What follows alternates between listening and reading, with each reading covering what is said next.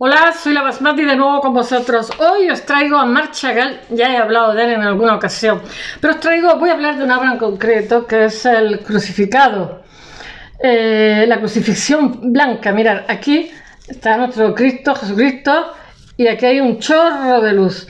Lo que pasa es que este crucificado, que es el cuadro preferido del Papa Francisco, hay que ver las cosas que cuento en los cotillos, tiene algunas peculiaridades, porque nuestro pintor va a vivir hasta por lo menos los 19-20 años aislado en una zona.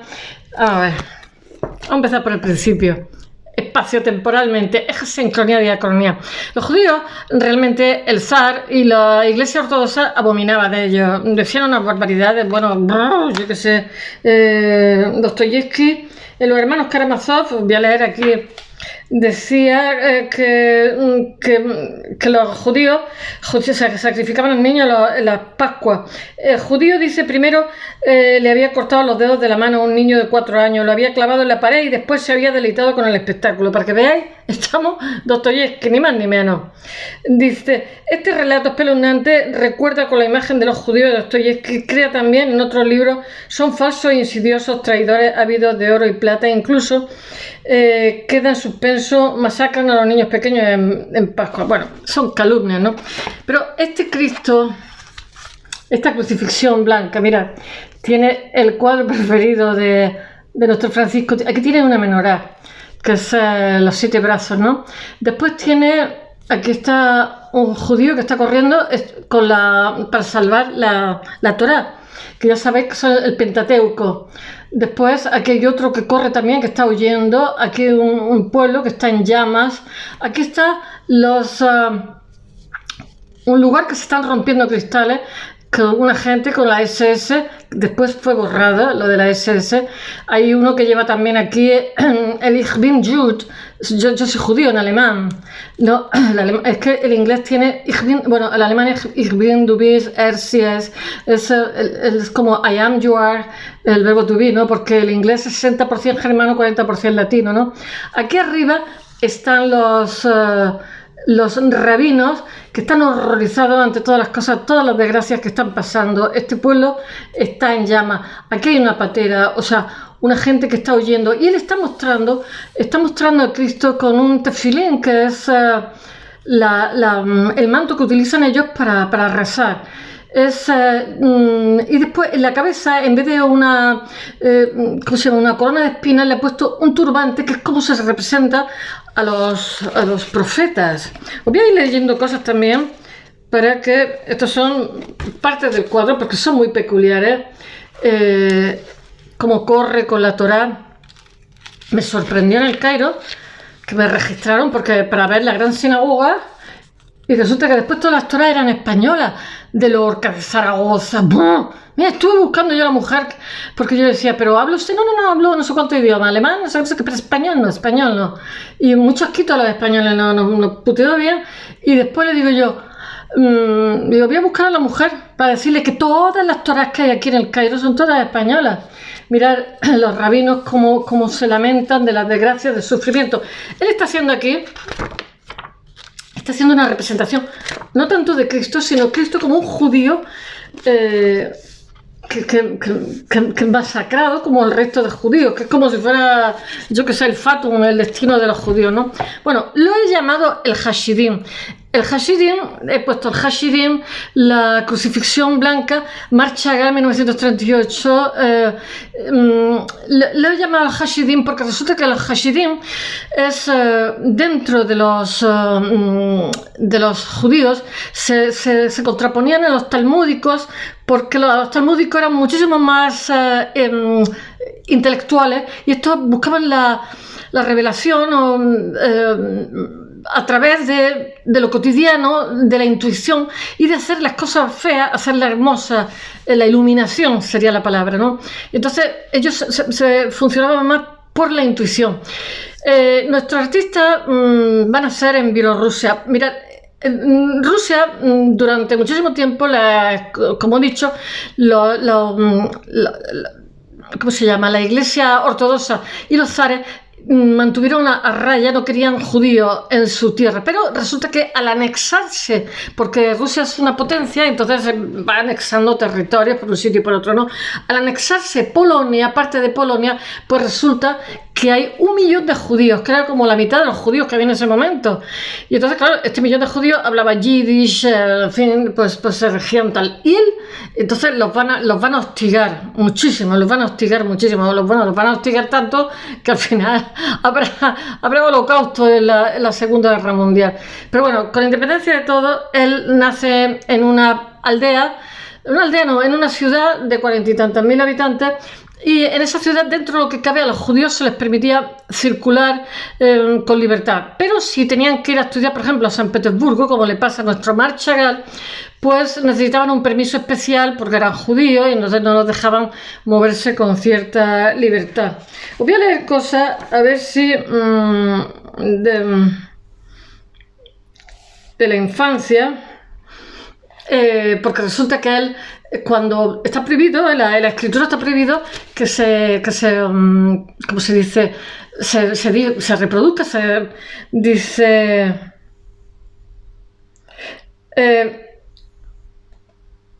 no representará ningún rostro humano ni nada de lo que está arriba en los cielos, en la tierra o bajo los mares, se dice en el Antiguo Testamento. Esta advertencia contra la idolatría siempre fue interpretada por los judíos como una prohibición de pintar imágenes. En nuestra casa, él cuenta su vida, la biografía, en nuestra casa no había ni un solo cuadro, ni una estampa en la pared. Hasta 1906 no había visto nunca en mi vida un cuadro en Vitebsk, que es donde él ha nacido, que es Bielorrusia. Dice, Chagall cumple 19 años en 1906, se le permite tomar clases con un retratista de su ciudad natal. Su padre, sin embargo, no le entregaba el dinero de las clases en mano, sino que se lo tiraba al patio. Pero no le dejó de dar dinero, porque sabía que era su vocación. Pero... porque como judío piadoso no quería fomentar la pintura, pero tampoco quería prohibírselo a su hijo mayor. Dice, más tarde, él cuenta, Marc Chagall, mi tío tenía miedo de darme la mano, se dice que soy pintor. ¿Y si lo quisiera pintar? Que Dios no lo permita, pecado. Bueno. Dice cuando va a estudiar a San Petersburgo, porque resulta que hay judíos también que gozan de un cierto estatus, como son banqueros, abogados, médicos y tal. Y uno de ellos, que era riquillo, se entera que este muchacho modesto pinta bien y entonces le da dinero. Dice...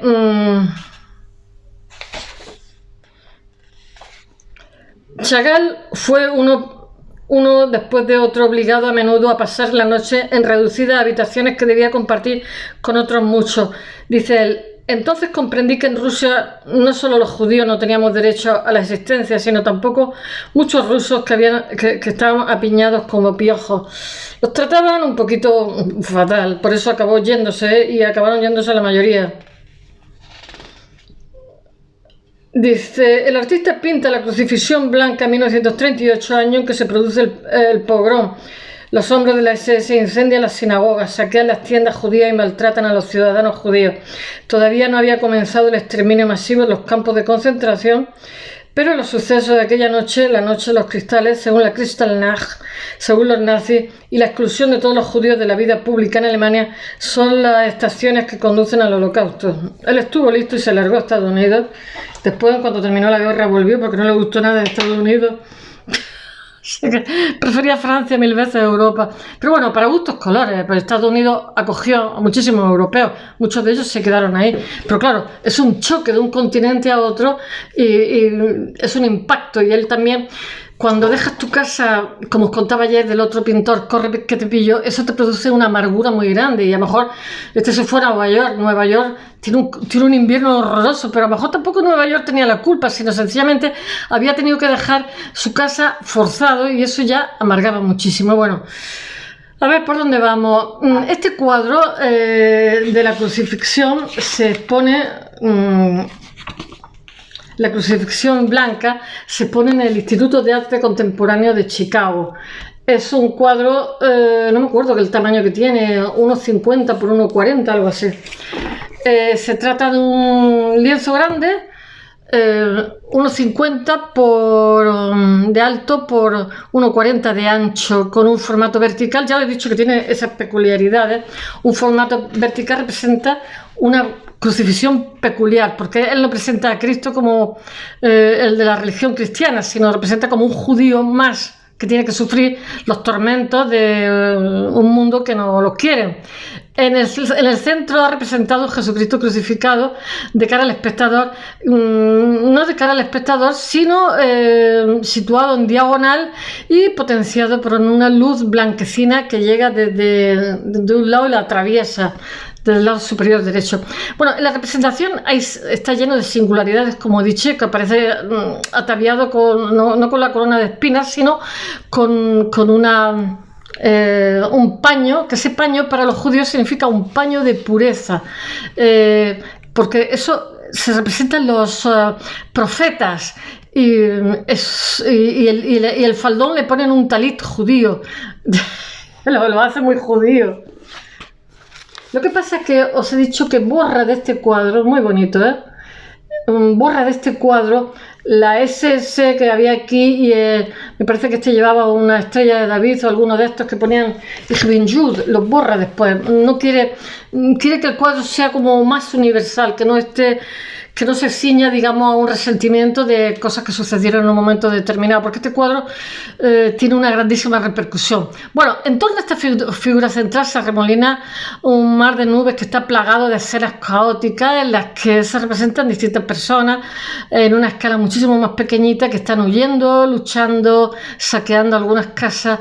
Todo este conjunto de imágenes hace la referencia al sufrimiento del pueblo judío a lo largo de su historia. La obra de Chagall no solo está, ¿cómo se dice?, sino toda su producción aparece influenciada muchísimo por su condición judío, porque él ha tenido una influencia, una infancia con una educación judía muy estricta, y representa el sufrimiento de un pueblo contra el que por aquel entonces pues se cometen una cantidad de barbaridades tremendas, persecuciones, y bueno, como he dicho antes, en 1938, que es cuando pinta este cuadro, está La noche de los cristales rotos. Él que es cuando montones de comercios judíos son asaltados por los nazis y tal. En este contexto, el Cristo de Chagall poco tiene que ver ya con el salvador de la humanidad. Más bien se trata de un judío que está ahí sufriendo. Es una interpretación de un mártir judío más.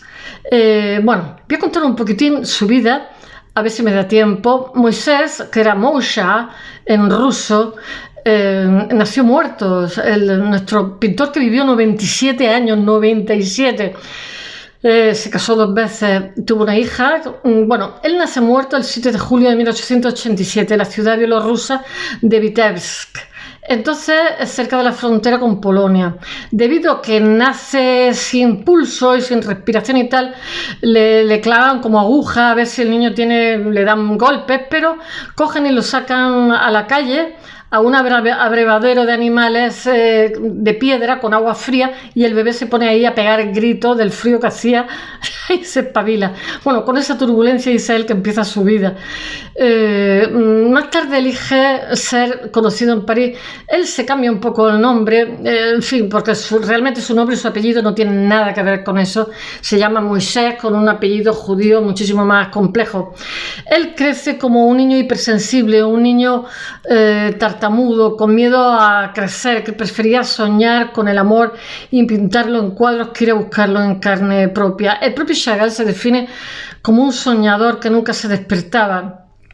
Tiene cuadros maravillosos, tiene influencia de fubismo, influencia del surrealismo, influencia del cubismo, porque él va a pasar, no sé si 4 o 7 años en París también viviendo, pero él lleva como un discurso propio, porque ha tenido una infancia muy, muy particular, muy endogámica, por decirlo de alguna forma. De hecho, él se va a casar con una chica de su aldea que se llama Bela. Él crece oyendo a Bach y a Mozart, Ya sabéis que los judíos son muy aficionados. Él habla yiddish, habla ruso, es la música, porque es que yo eso no lo acabo de entender, porque los judíos rusos, claro que estos eran polacos, eran los házaros, en fin, no me hagáis caso. Bueno, la música preferida de su pequeña comunidad judía que lo influenció mucho, como es el mayor de 9 hermanos y está particularmente fascinado con la idea del violinista flotante, aquí el violinista en el tejado. ¿Cómo se llama? El Thyssen, me parece que tiene el violinista verde, tiene varias obras suyas. Su padre es Caskel Mordechai Chagall, trabaja en el almacén, tiene un trabajo modesto con los arenques, tiene que meter las manos en agua fría, y la madre trabaja, me parece que en una tienda de ultramarino o en una carnicería, no me acuerdo. La madre se llama Feigaita Chernita, tiene una pequeña tienda de comestibles. Ambos se adhieren nominalmente a las creencias religiosas de los Hasidim, que son los piadosos, que son los que prohibían la representación gráfica de cualquier cosa creada por Dios. Así Chagall creció en un hogar desprovisto totalmente de imágenes. Aún así, insiste a su madre hasta que ella lo lleva a una escuela de arte dirigida por un retratista local, donde es el único estudiante que usa el color violeta. Pero empieza a ganar dinero pronto, y es muy personal, tiene un discurso muy personal, incluso al principio, que es más caótico.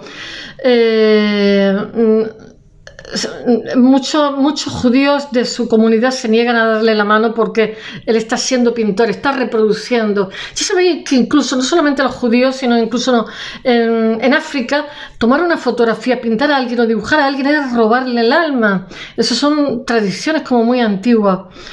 En 1907, a los 20 años, gana una pequeña suma de dinero que le da su padre y ya es un estudiante reconocido para bien o para mal, y le dan una beca para San Petersburgo para estudiar arte allí, pero dice que lo pasa fatal porque lo marginan mucho por ser judío. Y allí experimenta con el estilo cubista, que está muy de moda allí, pero nunca abandona su particular vocabulario, su particular discurso artístico personal, siempre forjándose lejos de su lugar de nacimiento. Aunque triunfa, él odia la formación en el arte clásico. Yo, un pobre muchacho de campo, voy a leerlo, me vi obligado a familiarizarme a fondo con las miserables narices de Alejandro de Macedonia o de algún otro imbécil de yeso, recordó. Pero bueno, eso forma parte en el arte, porque se supone la mímesis. Su mundo se amplió en 1909 cuando se inscribió una clase impartida por León Bas, quien después de haber estado en París tenía una aura de sofisticación. Bas complació el enfoque expresivo y poco convencional de Chagall hacia la pintura, y lo dejó como nombres exóticos para un joven como Manet, Cézanne, Matisse, etc. Le abre los ojos dentro de lo que es el arte, de lo que se está haciendo y lo que se ha hecho en ese momento. O sea, lo pone al día. Habla de pintar cubos cuadrados de un artista que se corta la oreja, ya sabéis, Van Gogh. El dinero pronto se le acaba, y aunque consigue hacer Copex retocando fotografías que muy de aquella época, se hace también con óleo, un óleo más seco, o sea, tiene más pigmento y menos aceite para que se seque pronto. Pinta carteles, a veces se cae de hambre, lo cuenta él. Y en 1911 se instala en París y su obra empieza a venderse en Europa. Se hace amigo de Modigliani, de todos los grandes, de Picasso, etc. Un año después regresa a su casa para casarse con Bella. Bella tiene 23 y él 28. A Bella la advierten diciéndole que se va a casar con un artista que puede que se muera de hambre. Y se la lleva a la capital francesa. Hace unos cuadros preciosos. Lo voy a poner... Ya hice un trabajo sobre esto y lo puse, pero lo voy a poner en el blog también. Debido a la Segunda Guerra Mundial y a las implicaciones para el artista judío, allí pinta muchísimo y se codea con pintores como Fernand Léger, Chaim Soutine, que también es judío, Amadeo Modigliani, Robert, que me parece que también es judío, Robert Delaunay, y se mantiene fiel a la naturaleza del narrador. Tiene más común con escritores como poetas Apollinaire, a quien describe el trabajo de Chagall como sobrenatural. Él es muy exótico porque es muy oriental y aparte tiene un discurso totalmente diferente, pero a él París le viene de maravilla. Muchos críticos consideran el trabajo de Chagall durante su estancia de 4 años en París como muy audaz, creativo, reconociendo las tendencias entonces prevalentes del cubismo y el fauvismo. Y él lo que hace es absorber como una esponja todo lo que está ocurriendo ahí.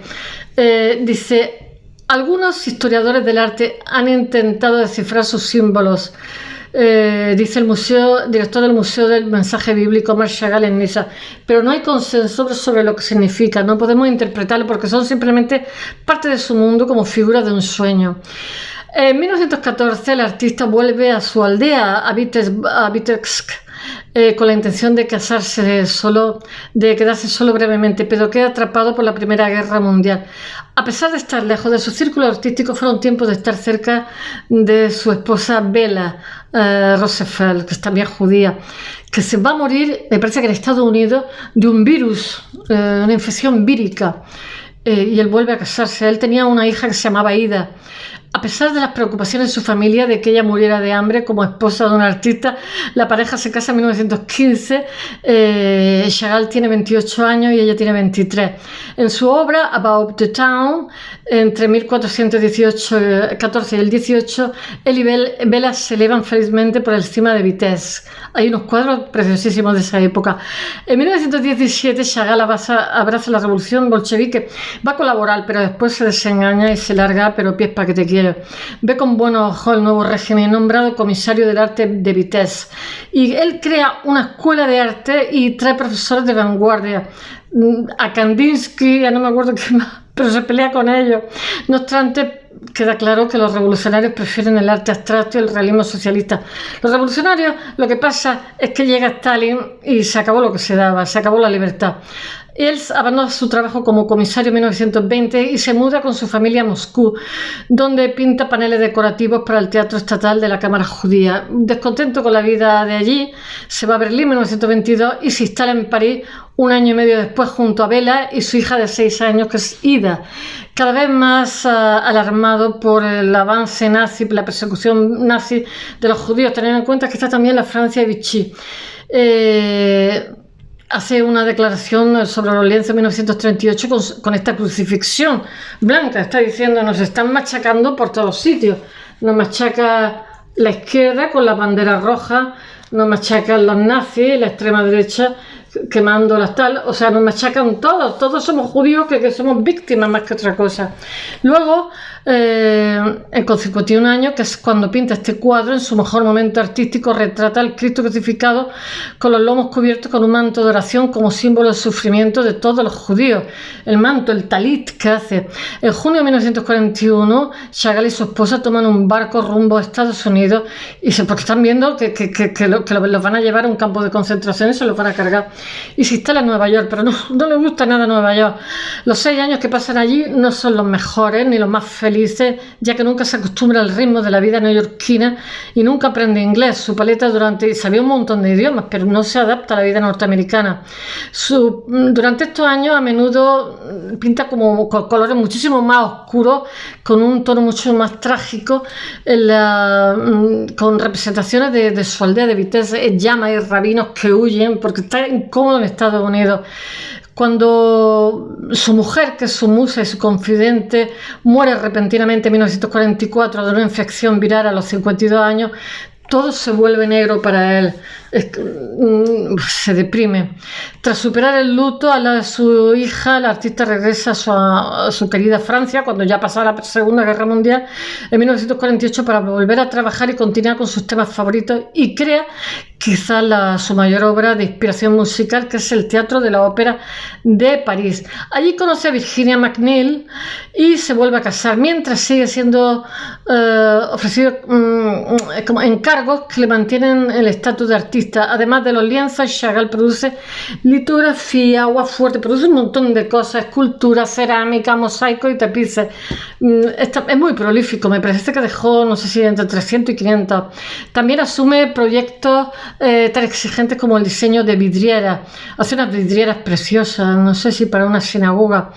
Para la sinagoga de Hadassah, qué nombre tiene esto, hebreos de la Universidad de Jerusalén, Medical Center de Jerusalén. Con más de 300 obras al final de su vida, Chagall destaca por la determinación en su obra. Explora el papel que juega la música en su vida y la configuración del arte. Cuando muere en Saint-Paul-de-Vence el 28 de marzo de 1985, a los 97 años, Chagall sigue trabajando hasta el último día de su vida porque le encanta lo que hace, y siendo el artista de vanguardia que se niega a ser moderno porque dice que es la forma que quería para permanecer salvaje, indómito y evitar gritar, llorar o rezar. Espero que os haya gustado. Mañana Diego de Rivera. Venga, hasta mañana.